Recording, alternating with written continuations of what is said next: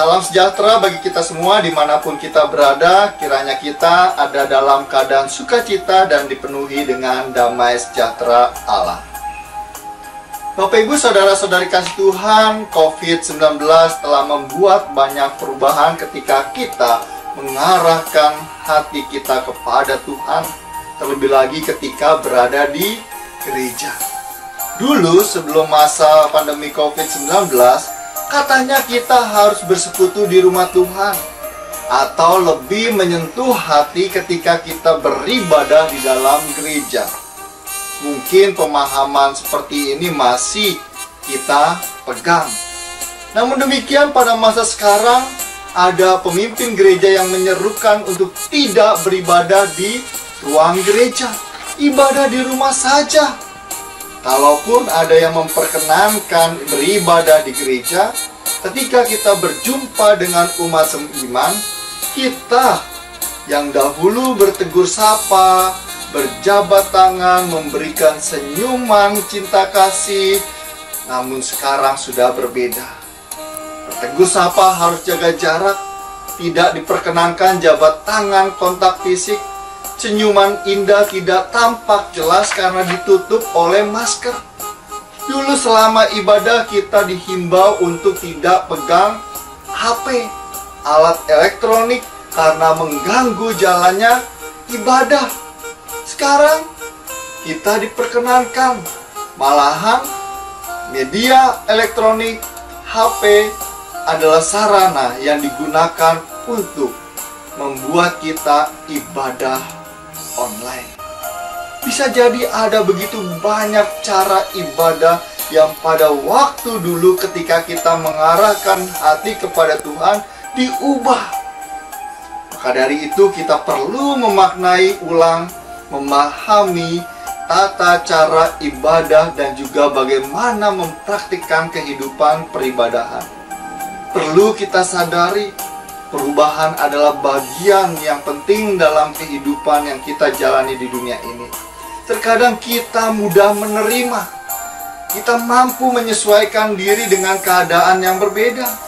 Namun demikian, ada juga dari antara kita yang mungkin sulit menerima perubahan itu, dan kita tidak mampu menyesuaikan diri dalam keadaan yang tidak lama lagi. COVID-19 telah mengubah banyak kehidupan kita serta kehidupan bergereja. Saat ini kita bergumul bagaimana cara memahami sebuah persekutuan jika tanpa ada pertemuan dengan sesama umat secara langsung. Kita sebagai gereja bergumul tentang tugas panggilan kita di tengah pandemi COVID-19. Bagaimana kita menyikapi berbagai macam perubahan hidup dan keadaan yang tidak pasti. Tentu ada begitu banyak tanggung jawab yang harus kita selesaikan. Pekerjaan mungkin tertunda, perekonomian melesu, tuntutan mendampingi anak dari rumah untuk belajar, dan lain sebagainya.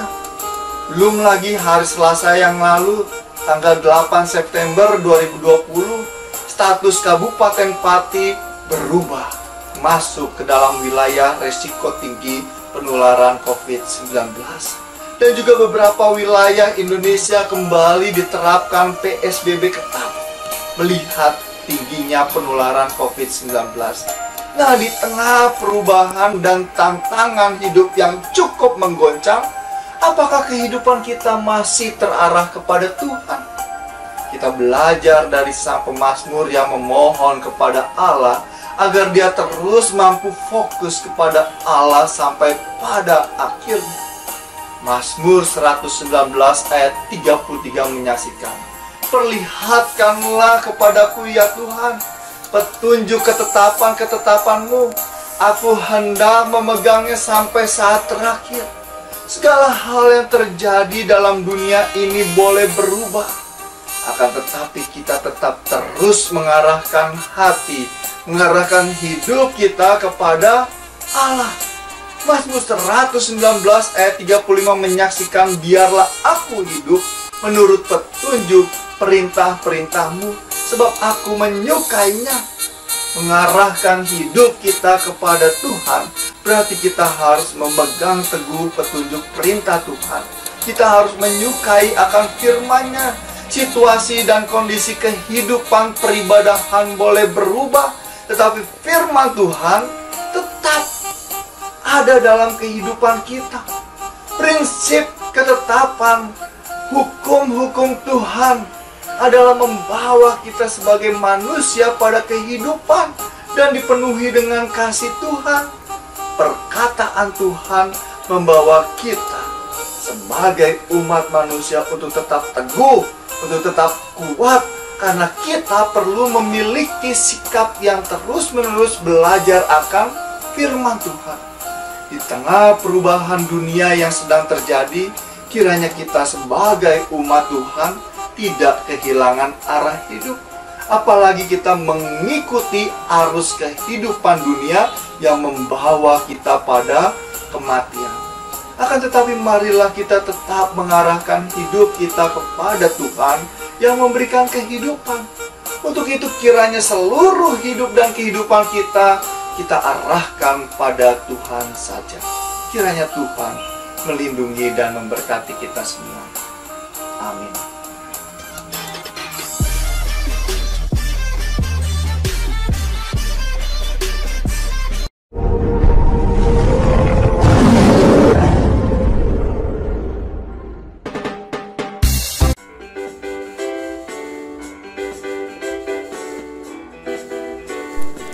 Hai sahabat GKI Juwana, mohon subscribe channel GKI Juwana ini ya, untuk mendukung kegiatan persekutuan, kesaksian, pelayanan GKI Juwana. Let's go!